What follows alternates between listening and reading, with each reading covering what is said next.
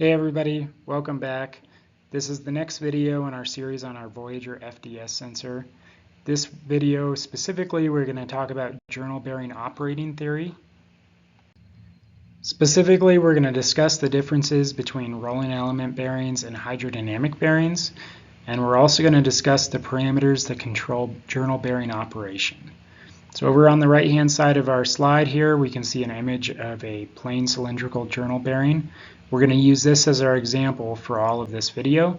And in the next video, we'll talk about some different varieties of journal bearings and what we may expect to see. So the first thing we need to discuss is our basic function and operation of our plain cylindrical journal bearing that we're using as an example for our video, as well as some important nomenclature we need to know. So over on the right hand side, you can see our plain cylindrical journal bearing. The dark gray section represents the bearing. The light gray section represents our shaft of our rotating rotor. And then the orange section represents the oil that circulates around the bearing. So as our shaft rotates, viscous forces between the shaft and the oil draws oil beneath the shaft into that converging oil flow section. Since that clearance in that converging section is decreasing, we actually develop pressure beneath the shaft and develop a high pressure oil wedge that supports the shaft as it rotates, much like a tire hydroplaning on water. As the circulating oil reaches that minimum oil film thickness region, the oil moves into a diverging oil flow section. That leads to a drop in pressure and actually an increase in oil velocity as it circulates back over through the bearing into that converging section. Now, there's going to be some loss from each end of the bearing, and in all actuality, oil doesn't circulate just around the circumference of the bearing. It spirals around the circumference of the bearing towards each end of the bearing. So you do lose oil out of the ends of those out of the ends of the bearing, but it's always replenished with new oil from your supply system. So two important pieces of nomenclature that we need to understand and know are first, eccentricity ratio, and second, attitude angle. So eccentricity ratio is the ratio of the radius or distance between the shaft center and the bearing center in a straight line divided by the bearing's total diametral clearance. So diametral clearance is the difference of the diameter of the bearing and the diameter of the shaft. The reason in that equation I have it written as 2 times CB is a lot of softwares will represent the bearing clearance in a radial or with respect to radius. So CB is actually just half of our diametral clearance. So that's just keeping up with conventions for some of the softwares we've used. Now, the eccentricity ratio can vary from a value of 0, which would mean that the shaft is fully centered and concentric with the bearing, all the way up to a value of 1, which means the shaft is touching the inside diameter of that bearing. So a typical target value for eccentricity would actually be a value of around 0.7. Now, attitude angle is the angle from the vertical to the line between the bearing and shaft centers. So you can see that dotted line that goes through the bearing center and the shaft center marker, attitude angle is measured from the vertical towards that line. And actually, as the bearing speed increases, if we hold load and viscosity constant, your attitude angle will increase in a fixed geometry bearing like this. And then another important item to note is your minimum and maximum oil film thickness regions occur along that same line between centers. Now that we've talked about fluid film bearing operation, I want to discuss a little bit about the advantages and disadvantages of fluid film bearings versus rolling element bearings. So fluid film bearings offer a very high load carrying capacity while also being able to operate at high speed. They also offer a theoretically infinite life because we have very, very little friction during operation, and the only real friction that occurs happens at startups and shutdowns. So as long as we can keep the shaft spinning, we actually have a theoretically infinite life in that bearing. Another big benefit is they offer extremely high stiffness while also having the capability of offering extremely high damping. So you can vary parameters in these bearings that will affect the stiffness and the damping, and so in some circumstances you could operate that bearing in a condition where you have really high stiffness and relatively low damping while still higher than a rolling element bearing's damping, or you could operate it in a lower stiffness and a high damping situation, which could also be beneficial in some aspects. The major downside of fluid film bearings is since the shaft is supported on that pressurized oil wedge, if we lose oil feed for any amount of time, the bearing has an extremely short amount of time to failure.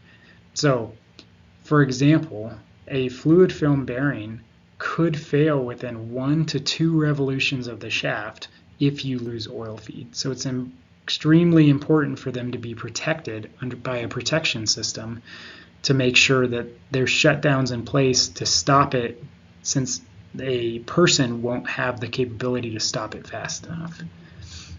On the contrary, rolling element bearings can support radial and axial loads, while fluid film bearings without a thrust surface can only support radial.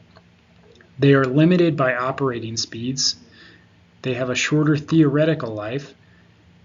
Rolling element bearings also offer really high stiffness, but on the contrary, they offer very, very low damping. The one big benefit with respect to time to failure is rolling element bearings offer a very long time to failure compared to fluid film bearings. For those of you who have looked at any condition-based monitoring data from rolling element bearings, you can watch the progression of a rolling element bearing failure over days, weeks, months, even in some circumstances years. The animation on the right-hand side of this slide shows our plain cylindrical journal bearing during a startup. As you can see, as the shaft begins to rotate, it lifts off of the journal surface and actually develops that pressure wedge, and our minimum film thickness increases. As you can see, during that time, we not only increase our minimum film thickness, but our attitude angle increases in this plain cylindrical journal bearing. And our eccentricity also decreases.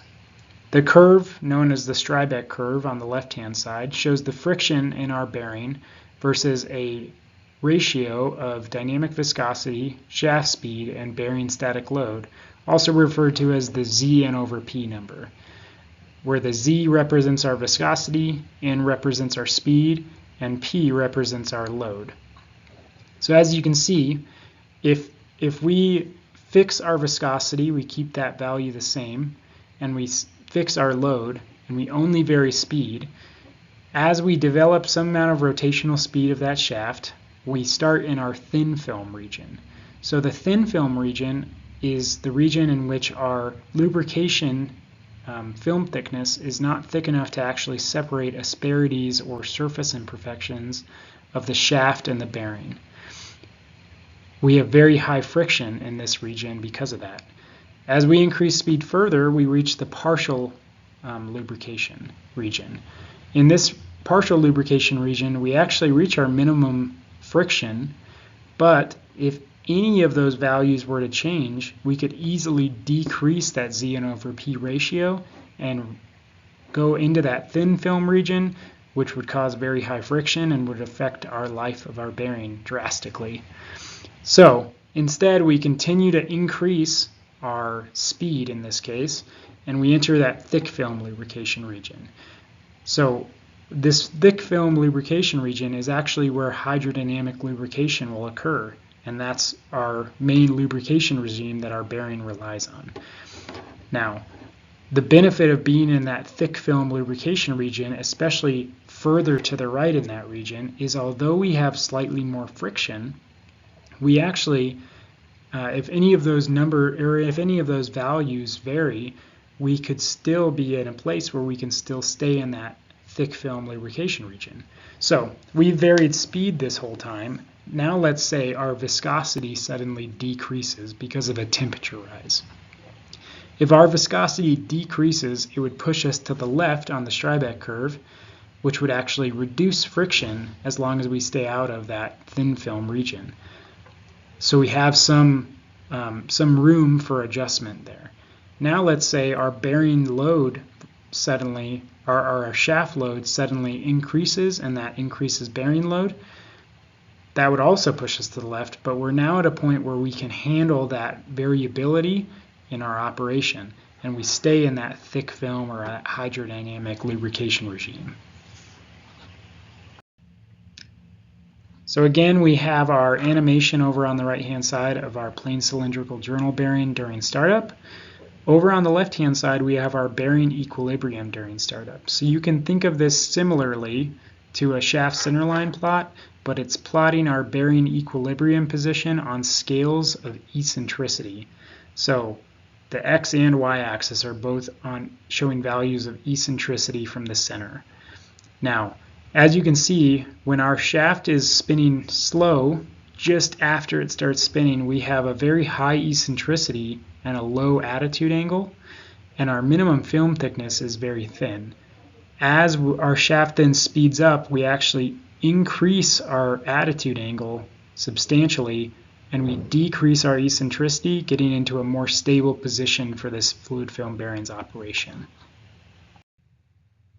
All right, everyone, thank you very much for watching this video. In our next video, we're going to discuss fluid film bearings in a little more detail. We're going to discuss the expected pressure distributions for several different types of fluid film bearings, as well as discussing the recommended mounting locations for our Voyager FDS sensors for each of those different types of journal bearings. If you do have any interest in learning more about journal bearing analysis or rotor dynamics operation and design, please reach out to us. We do have courses available in both of those subjects. All right, thanks so much. Bye.